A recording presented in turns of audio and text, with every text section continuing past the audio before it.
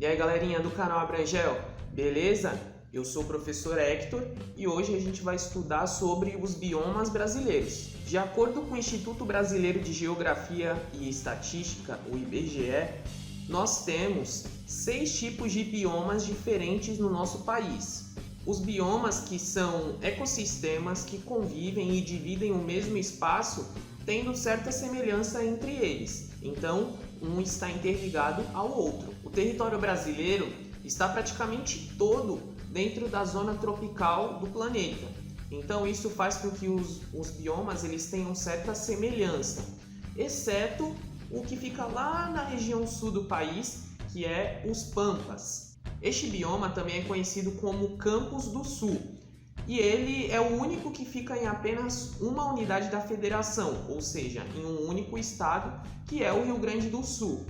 Além do Rio Grande do Sul, ele também é encontrado, por exemplo, no Uruguai e na Argentina, e ocupa 2% do território brasileiro. As suas principais características são o clima subtropical, que é um meio termo entre o clima tropical e o clima temperado, com 4 estações bem definidas, sendo que no inverno chega até a gear nessas regiões e marcar temperaturas abaixo de zero. Gente, no Brasil chega a fazer menos de 0 grau no inverno. O tipo de vegetação mais encontrado nos Pampas são as gramíneas, grama, e a vegetação arbustiva, que é composta por arbustos e também algumas árvores pequenas que a gente encontra lá. A flora é bastante diversificada porque a gente encontra mais de 3.000 espécies de plantas, ervas e flores nessa região. Por ter uma vegetação composta por gramíneas e o seu relevo ser basicamente composto por planícies, isso facilitou o desenvolvimento da pecuária, que é a criação de animais, principalmente a criação bovina e a criação de ovelhas. Outro fator também que modifica a paisagem e o bioma dessa região é a agricultura. As principais produções agrícolas da região é a soja, o milho, o arroz, o trigo e a uva. A fauna é bem variada. Nós temos várias espécies de répteis, de anfíbios, de mamíferos e de aves. Os principais animais dessa região são o gato dos Pampas, a marmota dos Pampas, que também é conhecida como tucutuco, a onça pintada e o tamanduá-bandeira. No subsolo desse bioma é encontrado um dos maiores aquíferos do mundo, que é o aquífero Guarani. O segundo maior, para ser mais exato. A gente vai falar do primeiro mais para frente. A Mata Atlântica é o bioma que está presente em mais estados brasileiros. São 15 no total, sendo que esses 15 estados estão divididos em 4 das 5 grandes regiões do nosso país. Por estar presente na faixa litorânea de praticamente todo o nosso país, a primeira e mais ocupada área do Brasil, hoje restam apenas 7% de toda a vegetação original da Mata Atlântica. As principais e maiores cidades do nosso país também se localizam na região deste bioma. E no total, atualmente, 70% da população brasileira vive nessa área, somando 120 milhões de habitantes. Existe bastante semelhança entre a Mata Atlântica e a floresta amazônica, principalmente porque as duas são florestas tropicais. O clima que predomina na região do bioma da Mata Atlântica é o tropical úmido, que em algumas regiões chega a chover 4.000 milímetros anualmente. Mas nas áreas mais do interior, principalmente de São Paulo, Rio de Janeiro e Minas Gerais, a gente encontra o clima tropical de altitude, que são climas aí que estão acima dos 1.200 metros e chegando até 2.800 metros de altitude. A vegetação possui árvores de diversos tamanhos, latifoliadas. O que é latifoliadas? São árvores que têm folhas grandes e largas, e também folhas perenes, que elas não caem em nenhum período do ano. A flora da Mata Atlântica representa cerca de 35% das espécies encontradas no Brasil. São mais de 20.000 espécies vegetais. Já o relevo ele é composto basicamente pelas planícies litorâneas, mas principalmente pela Serra do Mar. A função da serra ela serve basicamente para bloquear os ventos que vêm do oceano, trazendo bastante nuvens úmidas. Então isso favorece o crescimento da floresta tropical nessa região. Nós encontramos também uma grande diversidade de animais. Alguns dos mais marcantes são a jararaca, o mico-leão dourado, beija-flor, a capivara e a jaguatirica. Chegando ao Nordeste, nós temos o bioma da Caatinga, que ocupa não só os 9 estados da região, como também o norte de Minas Gerais. Ocupa 11% de todo o território brasileiro. Não, Caatinga não é isso não. Caatinga vem do Tupi-Guarani e significa Mata Branca. E leva esse nome porque quando chega o período de seca, as poucas árvores presentes nessa região, elas perdem as suas folhas, então isso dá a cor característica que deu esse nome em Tupi-Guarani. Esse tipo de planta que solta as folhas para economizar água é chamada de xerófilas. São poucas as plantas que se adaptam ao clima semiárido da região, que fica muitas vezes até mais de 3 anos sem chover em algumas áreas. Algumas já chegaram a registrar 5 anos sem chuva. Mas uma espécie vegetal que se adapta bem à região são os cactos, como por exemplo o mandacaru e o xique-xique. Os cactos eles têm aqueles espetinhos justamente como uma artimanha da própria natureza para economizar água. Aqueles espetinhos que a gente conhece, bem característicos dos cactos, é como se fosse as folhas de uma árvore de uma região mais úmida.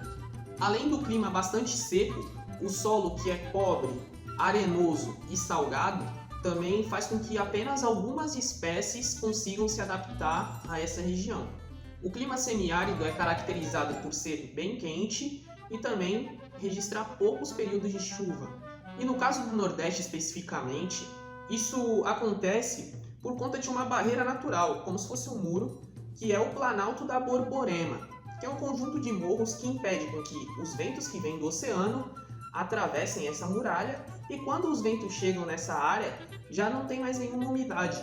E os ventos que vêm do sul, principalmente da região sudeste, eles já vão perdendo a umidade no meio do caminho. Então, esses ventos, quando chegam ao semiárido nordestino, eles não trazem nenhuma umidade, ou seja, não trazem nenhuma chuva. Por conta da baixa quantidade de chuva e dos longos períodos de seca, essa região é chamada de polígonos das secas. E isso claramente dificulta tanto a agricultura quanto a pecuária nessa região. Por isso, a partir principalmente da década de 40, com a industrialização aqui na região sudeste, muita gente migrou da região nordeste e veio para a nossa região sudeste. E isso é chamado de êxodo rural. Os principais animais da fauna da Caatinga são a asa branca, o carcará, o gambá e o veado catingueiro. O cerrado também é conhecido como savana brasileira, ou savana sem grife, né? Porque a gente não tem leão, não tem elefante, girafa ou zebra aqui no nosso país, mas temos lobo-guará. Este bioma está em 25% do território brasileiro, sendo que está espalhado em 4 das 5 regiões do nosso país. O clima do cerrado é o tropical continental, caracterizado pelo verão úmido e o inverno seco, o que propicia muitas vezes os incêndios naturais. A vegetação da região é composta por pequenos arbustos e árvores de pequenos portes, que são geralmente chamadas de caducifólias. O que é isso?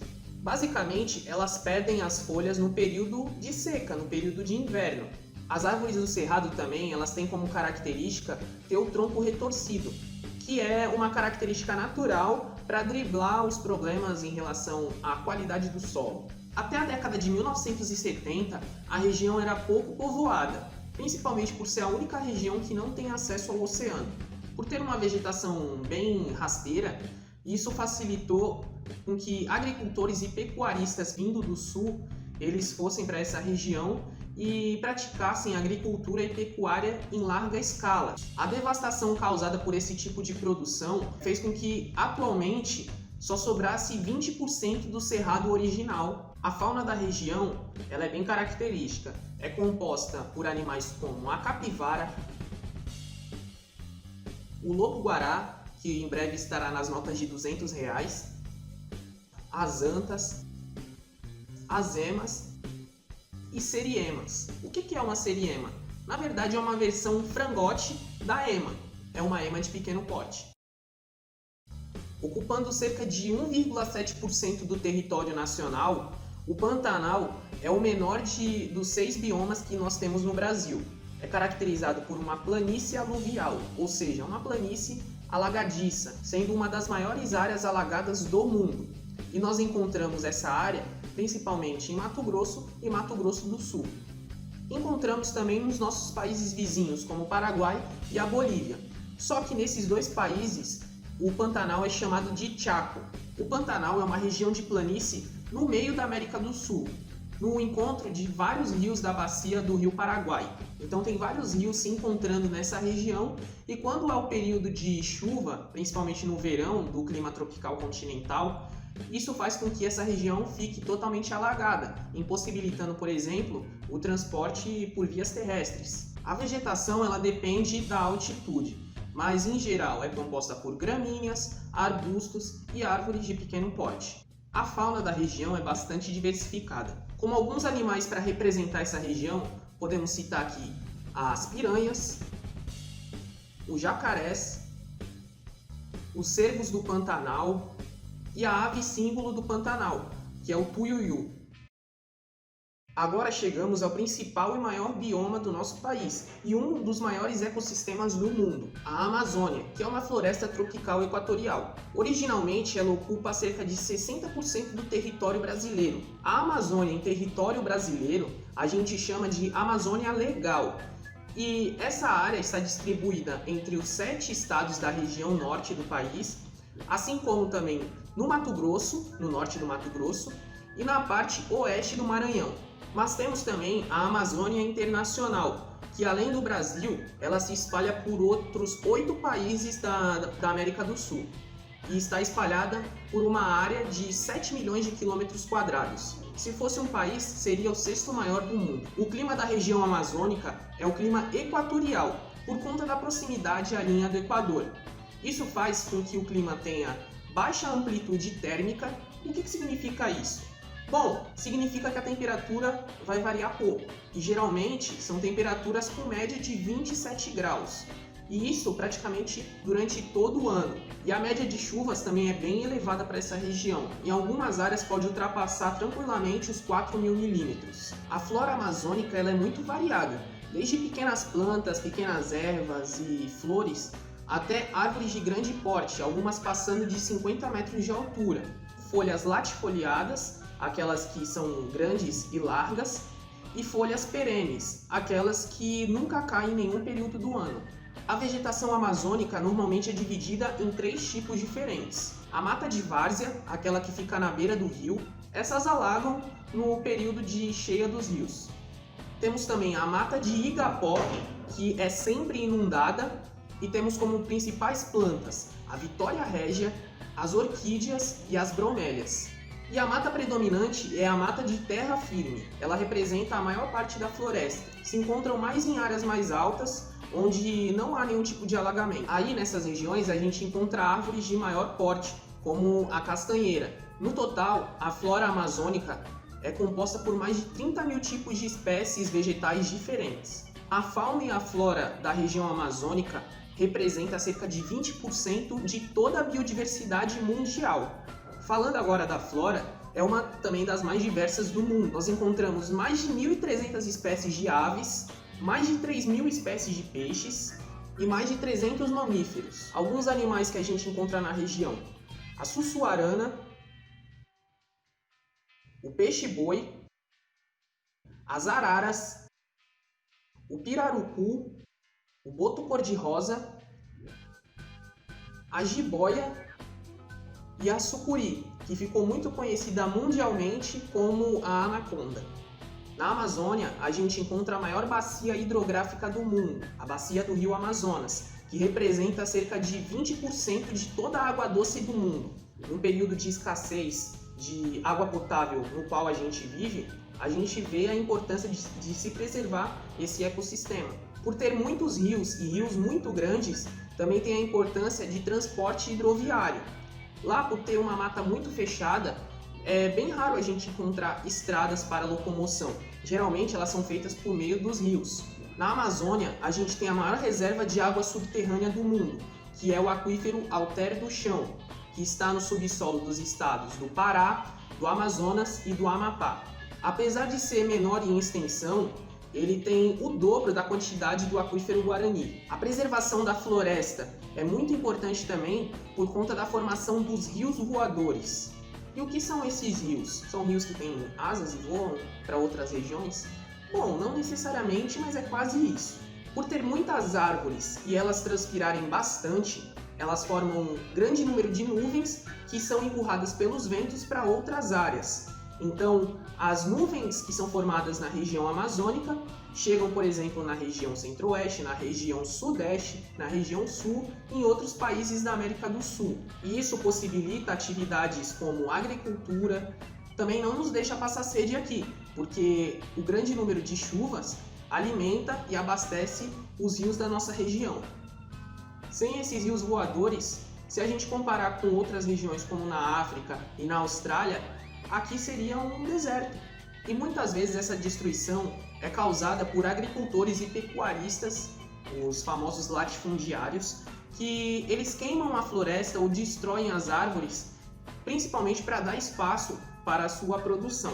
Isso prejudica toda a biodiversidade, tanto da Amazônia, como também interfere na vida de pessoas que estão em outras regiões da América do Sul e até mesmo do mundo.